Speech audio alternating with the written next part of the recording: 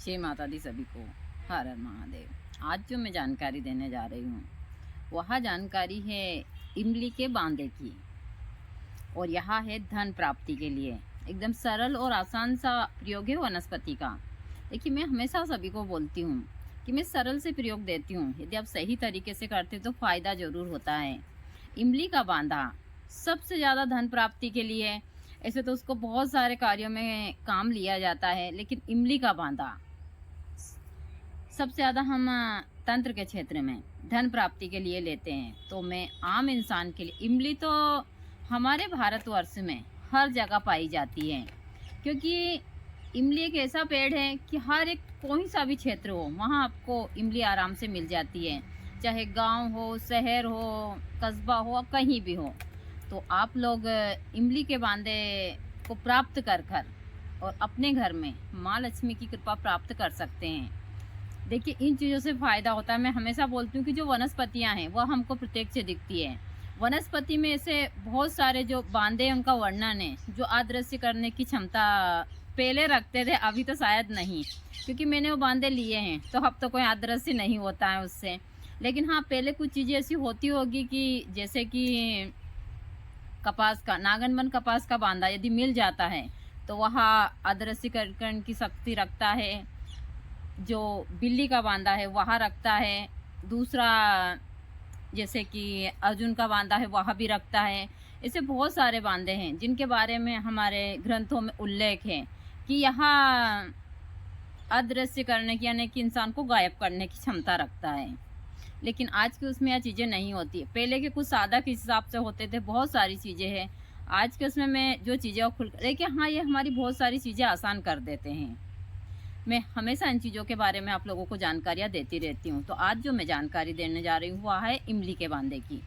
इमली के बांदे की जानकारी और इसके साथ साथ इसका मंत्र भी मैं दूंगी। आसान और सरल सा मंत्र है। आप इसको महिला और पुरुष दोनों ही कर सकते हैं। ऐसा नहीं है कि भाई मैं खुद भी करती हूँ इन चीज़ों को, कि नहीं सारे कार्य पुरुष ही करते हैं। बहुत सारी चीज़ें इसको महिला भी कर सकती है। यदि रवि पुष्प नक्षत्र में या गुरु पुष्प नक्षत्र में ग्रहण काल में भी, अभी शिवरात्रि आ रही है, इसके ऊपर भी आप इस प्रयोग को कर सकते हैं। आप इमली का बांदा पहले से देख कर रखिए, क्योंकि इमली के ऊपर बांदा आराम से मिल जाता है। और जहाँ पर रहते बड़े बड़े बगीचे रहते हैं इमली के पेड़ के, तो इमली का बांदा आप रवि पुष्प नक्षत्र में एक दिन पहले निमंत्रण दीजिए। निमंत्रण देने की जो विधि है वह वही है कि संध्या के समय, जैसे कि रविवार के दिन पुष्प नक्षत्र है तो आप शनिवार के दिन कुमकुम, चावल, एक जल का लोटा, अगरबत्ती और गौधुली वेला में स्नान कर नंगे पैर आप साफ सुथरे कपड़े पहनकर और यह सामग्री अपने साथ में ले जाइए। जाते समय किसी से बात मत कीजिए, किसी को इसके बारे में बताइएगा भी मत। देखिए, हमेशा यह चीज़ें सत्य है कि हम किसी चीज़ को किसी को पहले ही बता देते हैं तो बहुत सारी चीज़ें, क्योंकि हर इंसान के अंदर अच्छी बुरी एनर्जियाँ होती है और यह काम भी करती है। ऐसा नहीं है, कहते हैं कि 24 घंटा में हर इंसान के दिमाग के ऊपर सरस्वती का वास होता है, तो उसकी कही हुई बातें सत्य हो जाती है। तो बहुत सारी चीज़ें इंसान के अंदर होती है, तो इन चीज़ों से हमेशा बच कर रहना चाहिए। इसमें कोई ऐसा नहीं है कि ये उसी, लेकिन ऐसा हो जाता है। तो इन बातों को हमेशा गोपनीय रखा जाता है तंत्र में। तंत्र में चाहे साधना का मार्ग हो, दूसरा कोई सा भी क्षेत्र हो, इन चीज़ों को हमेशा गोपनीय रखते हैं। यहाँ तक कि जब हम साधना काल में रहते हैं तो हम किसी को जो भी घटनाएं घटती वह नहीं बताते हैं। तो इन चीज़ों को गोपनीय रखना बहुत ज़रूरी होता है एक साधक के लिए। तो आप किसी को बिना बताए ओम नमो चामुंडाए विच्चे या फिर ओम नमः शिवाय का जाप करते हुए आप उस इमली के पेड़ के पास में जाइए। शनिवार के दिन जाकर वहाँ जो जल का लोटा है वहाँ उनकी जड़ में डालिए कुमकुम, अगरबत्ती, चावल और उनको प्रणाम कीजिए और कीजिए कि हे दिव्य वृक्ष, हम कल आपकी यहाँ जो दिव्य वनस्पति है आपकी, यहाँ एक मणि के समान आपका जो यहाँ बांधा है, इसको कल हम लेकर जाएंगे। अच्छे से उनको संबोधित कीजिए सारी चीज़ों को, क्योंकि पेड़ों में भी ऐसा नहीं है सारी चीज़ें होती। आप एक बार पेड़ को काट दीजिए वो ज़रूर सूख जाएगा। सब लोग बोलते हैं कि पेड़ों में जान नहीं होती, बहुत सारी चीज़ें हैं, तो उनमें उस प्रकार की चीज़ें होती है। तो आप उनको अच्छे से संबोधित कर वह सारी चीज़ें वहाँ डालकर थोड़ी देर वहाँ बैठिए, प्रार्थना कीजिए और जो आपकी समस्या है उसके बारे में उनको विस्तार से वहाँ आराम से बताइए और घर आ जाइए। फिर सुबह जल्दी, जैसे कि रविवार के दिन पुष्प नक्षत्र है, तो आप सूर्य उदय से पहले अपने साथ में कपड़ा ले जाइए, स्नान कर कर आप उस पेड़ के पास जाइए, आराम से उस पेड़ के पास जाकर उनको प्रणाम कीजिए और आप इन्हीं मंत्रों का उच्चारण करते हुए जाइए। प्रणाम कर कर आप उस बांदे को तोड़कर कपड़े में बांध लीजिए और मंत्र का उच्चारण करते हुए अपने घर आ जाइए। घर आकर यदि आपका घर का मंदिर हो तो ठीक है, मंदिर नहीं हो तो आप एक आम का पटला लगाइए, उस पटले पर साफ सुथरा लाल कपड़ा बिछाइए, उस कपड़े के ऊपर बांदे को स्थापित कीजिए। पहले उनको साफ पानी से स्नान करवाइए, फिर गंगा जल से करवाइए, फिर धूप दीप अगरबत्ती कर कर एक आसन लगाकर पूर्व दिशा में बैठ जाइए। आप एक माला ले लीजिए, माला कोई सी भी चलेगा, जैसे रुद्राक्ष की हो, स्फटिक की हो, जो भी माला आपके पास में हो वह माला से आप इसमें जाप कर सकते हैं। जाप के बाद में आपको ज़्यादा नहीं तो 108 बार हवन करना है। आपको रवि पुष्प नक्षत्र में ज़्यादा नहीं तो आपको 21,000 जाप करने, क्योंकि छोटा सा मंत्र आराम से कर लेंगे आप। 21,000 बार जाप कर कर 108 बार हवन कर कर उस बांदे को आप अपने धन के स्थान पर रख दीजिए। यदि आपने सही तरीके से इस क्रिया को कर लिया तो माँ लक्ष्मी की कृपा से जब तक वह बांदा आपके घर में रहता है, आपके घर में कभी धन की कमी नहीं आती है। इसका मतलब ये नहीं होता है कि आपके घर में माँ लक्ष्मी कहीं से वो डाल, ऐसा नहीं है। हमारी जो बहुत सारी समस्याएं हैं वह समस्या स्वतः ही हल हो जाती है। हमारे बहुत सारे कमाने के रास्ते खुल जाते हैं और रास्ते खुलने से हमारी जो आय बढ़ती है, तो हमारे घर में ऐसे ही अच्छे भंडार भर जाता है। तो आप लोग इन छोटी छोटी क्रियाओं को कर कर आराम से घर बैठे बहुत सारी चीज़ों में फ़ायदा ले सकते हैं इन वनस्पति तंत्र में। इसके बाद भी मेरे पास में बहुत सारे भक्त फ़ोन करते रहते हैं हमेशा। कोई धन खोदने के लिए करता है, तो कोई गोडाउन उड़ाने के लिए करता है। तो देखिए बहुत सारी चीज़ें, मैं हमेशा बोलती हूँ कि यदि आपके पूर्वजों का हाथ का धन वहाँ पर है और आपको पता है और नहीं भी पता तो इतनी जगह में है, तो आप उसको खोदिए। किसी को कोई बुलाने की आवश्यकता नहीं है। आप ज़्यादा नहीं तो 11 बार हनुमान चालीसा वहाँ कर कर पूरी जगह को आप गोबर से लीप कर और फिर आप उस धन को खोद दिए, वहाँ होगा। और धन ऐसा नहीं है भाई, कुछ ऐसा हो जाता है, मान लो पहले जैसे भूकंप वगैरह आते थे तो वह कोई चीज़ें धंसती थी, उसके ऊपर मटीरियल आ जाता था तो वह 10-12 फीट तक चला जाता है। लेकिन कोई भी धन रखता है तो 3-4 फीट, बस इससे ज़्यादा कोई धन नहीं रखता है अंदर। लोग बाग 20-20 फीट तक गड्ढे खोद देते हैं, बहुत सारी चीज़ें हैं। तो यहाँ एक भ्रम है।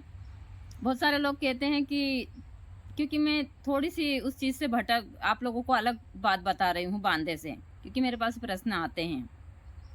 जहाँ धन होता है ना तो वहाँ से धन वहाँ से कोई खिसक कर या दूर चल कर जाता है, ना धन कभी कोयला बनता है। कभी कहते हैं ना कि सोना कीचड़ में भी कितने ही साल पड़ा रहे, सोना सोना ही होता है।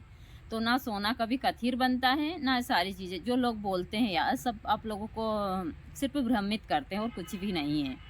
यदि आप लोग इस भ्रम में रहते हैं तो जीवन में कुछ नहीं कर पाते हैं। और जो लोग बोलते हैं कि जो गोडाउन वाली चीज़ें होती है, गोडाउन यानी कि जो हमारे सरकारी जो नोट की फैक्ट्रियाँ होती है उनमें जो पैसे के गोडाउन होते हैं, लोग बाग सोचते हैं कि डेट फिटिया और ये सारी चीज़ें इन गोडाउनों को, उसको आरवी बोलते हैं, वो उड़ा लेगा। तो यह सब एक भ्रम है, ये सब लोग झूठ बात बोलते हैं। एक शक्ति होती है अणुमा शक्ति, जो बजरंगबली के पास थी, जो एक अणु के समान वो हो जाते, उसी को ही लोग बाग डेट फिटिया चिल्ला रहे हैं। पता नहीं लोगों के दिमाग में क्या क्या घुसा पड़ा है, जबकि समझ सबको है, लेकिन उनको बुद्धू बना रहे हैं और बन रहे हैं। तो उसमें मैं किसी की आलोचना नहीं कर रही हूँ, लेकिन मैं चाहती हूँ कि लोग बाग खुद इन चीज़ों में शिक्षित हो। हमने क्षेत्र में बहुत काम किया है और जितनी अच्छी तरीके से सारी चीज़ें देखी है, बहुत मुश्किल है कि लोग बाग उस हिसाब से, और सत्य बोलना मेरा कर्तव्य। मैं एक महिला हूँ, एक माँ हूँ और एक ऐसा तत्व हूँ जो मैं जो चीज़ें रखूँगी वह कई उसमें चलेगी। कहते हैं कि एक महिला हर एक क्षेत्र में परिपूर्ण होती है, और मैं ही झूठ बोलूँगी तो हमारी आने वाली पीढ़ी को हम क्या देकर जाएंगे। तो इन चीज़ों में आप ना पड़िए, आप सही से कार्य कीजिए, खुद की मेहनत कीजिए। मेहनत किसी भी क्षेत्र में करें। आज मैं जिस क्षेत्र में मेहनत कर रही हूँ, पूजा पाठ, क्या मेरा आश्रम किसी डोनेशन या किसी भक्त की उससे नहीं चलता है? जो कुछ चलता है मेरी मेहनत से चलता है। तो मैं उसी हिसाब से बोलती हूँ। मैं एक साधक हूँ। साधक का कर्तव्य बनता है कि वह सारे कर्म खुद से करे। तो मेरी चीज़ें इस हिसाब से है, तो मैं हमेशा सत्य पर वह चीज़ों को रखती हूँ। मैं वीडियो बनाती हूँ, मेरी वीडियो से अर्निंग होती है, तो मैं आज सत्य दे रही हूँ। सही चीज़ें ठीक है, अभी नहीं चल रही, कम चल रहे हैं, लेकिन एक दिन यह चलेंगे सारी चीज़ें, क्योंकि मैं हर एक चीज़ सत्य के ऊपर रख रही हूँ। और सत्य हमेशा, मैंने कहा ना कि झूठ उस हिसाब से चलता है और सत्य धीरे धीरे, लेकिन सत्य की कभी हार नहीं होती है। झूठ एक दिन जाकर हार जाता है।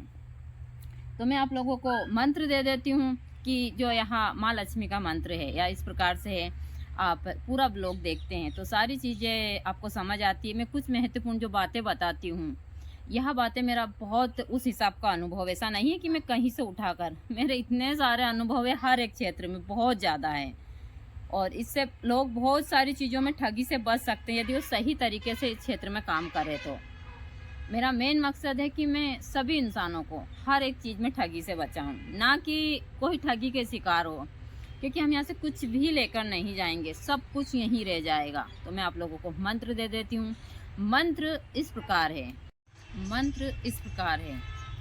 ओम नमो धन धान्य, ओम नमो धन धान्य महालक्ष्मी स्वाहा।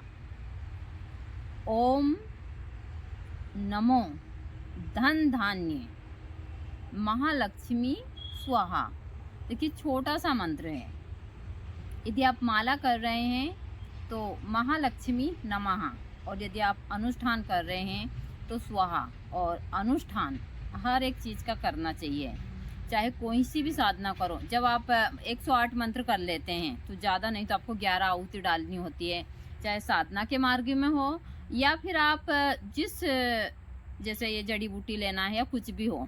हवन बहुत काफ़ी महत्वपूर्ण रखता है हर एक क्षेत्र में। यदि आपने हवन नहीं किया तो आपकी चीज़ें अधूरी होती हैं। तो सबसे ज़्यादा हर एक साधक को हवन का ध्यान रखना चाहिए। आप जाप के बाद में हवन नहीं करेंगे तो आपको फल की प्राप्ति नहीं होती है। यह चीज़ें कोई नहीं बताते हैं कि आपको, आप जाप करते हैं उनका दशांश से हवन करना चाहिए।